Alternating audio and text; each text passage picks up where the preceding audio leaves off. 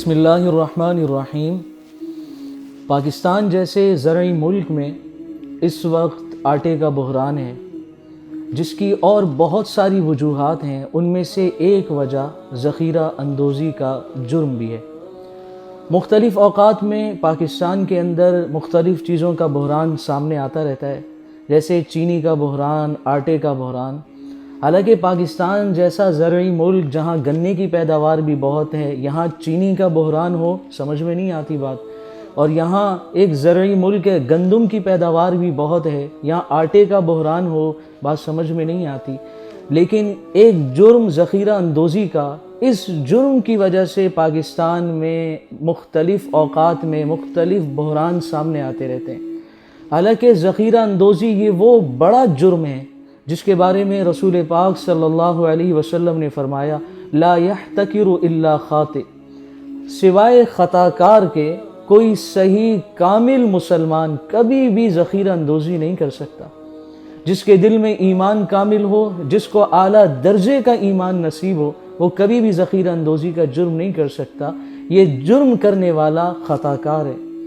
اور آپ صلی اللہ علیہ وسلم نے فرمایا الجالب مرزوق والمحتکر ملعون، جو شخص اپنا تجارت کا سامان بازار میں لے کر آئے گا اور فروخت کرے گا، فرمایا اللہ پاک اسے رزق نصیب فرمائیں گے اور رزق کی برکتوں سے وہ مالا مال ہوگا۔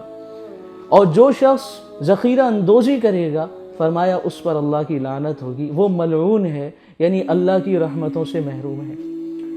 حضرت عمر رضی اللہ تعالیٰ عنہ نے ایک شخص کو دیکھا کہ جو ذخیرہ اندوزی کے لیے بہت سا مال خرید کر لایا، تو حضرت عمر رضی اللہ تعالیٰ عنہ اس سے فرمانے لگے کہ میں نے نبی کریم صلی اللہ علیہ وسلم سے سنا ہے کہ جو ذخیرہ اندوزی کرتا ہے مسلمانوں کی ضرورت کی چیزیں، تو مرنے سے پہلے اللہ تعالیٰ اس کو فقر اور مفلسی میں مبتلا کر دیں گے۔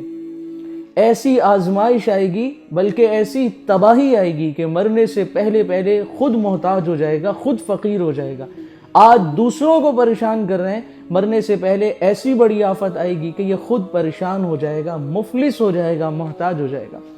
اور فرمایا مرنے سے پہلے دو بڑی بیماریوں میں سے ایک میں مبتلا ہوگا، جو کہ جلد کی بڑی بیماریاں، کوڑ یا جذام۔ فرمایا ان دو بیماریوں میں سے ایک میں مبتلا ہوگا۔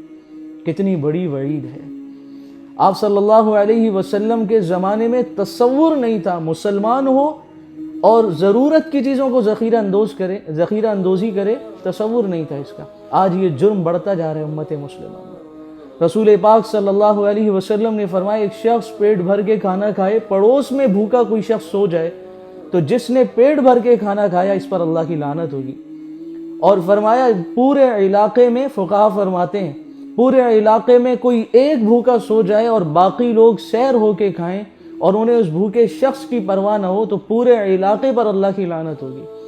اور وہ شخص جو ذخیرہ اندوزی کر رہا ہے، اس کی وجہ سے کتنے لوگ ہیں جو بھوک سے پریشان ہیں، جو آٹے کی تلاش میں پریشان ہیں، یا جس چیز کی ذخیرہ اندوزی کی جائے اس میں پریشان ہو، تو اتنے سارے لوگوں کی بھوک کی وجہ سے اس شخص پر کتنی لعنت ہوگی۔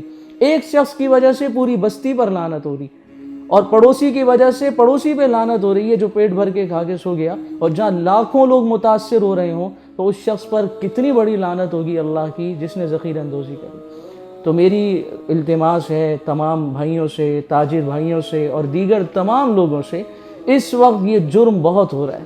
فلور مالکان جو ہیں وہ ذخیرہ اندوزی کر کے بیٹھے ہوئے ہیں کہ آٹے کا ریٹ جب بڑھے گا تب فروخت کریں گے۔ اللہ اکبر، وہ عمل جس پہ لعنت کی گئی آج وہ مسلمان فخر سے کر رہے ہیں۔ اور جو تاجر ہیں، جو فلور مل کے مالکان نہیں ہیں، انہوں نے خرید کر اسٹاک کر لیا، ریٹ بڑھے گا تو مہنگے داموں بیچ کے نفع اٹھائیں گے۔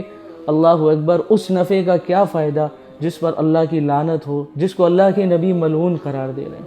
التماس یہ ہے کہ اس گناہ کبیرہ سے توبہ کی جائے اور یہ آگاہی کا پیغام عام کیا جائے، تاجروں تک پہنچایا جائے۔ ہر مسلمان جو خدا نخواستہ اس جرم میں مبتلا ہے، اس کو اس بارے میں کامل نبی کریم صلی اللہ علیہ وسلم کی تعلیمات سے آگاہ کیا جائے۔ یہ وہ جرم ہے جس کی سزا دنیا میں بھی بہت سخت ہے اور آخرت میں بھی۔ اللہ تعالی ہمیں ہدایت نصیب فرمائے اور کہنے سننے سے زیادہ عمل کی توفیق نصیب فرمائے۔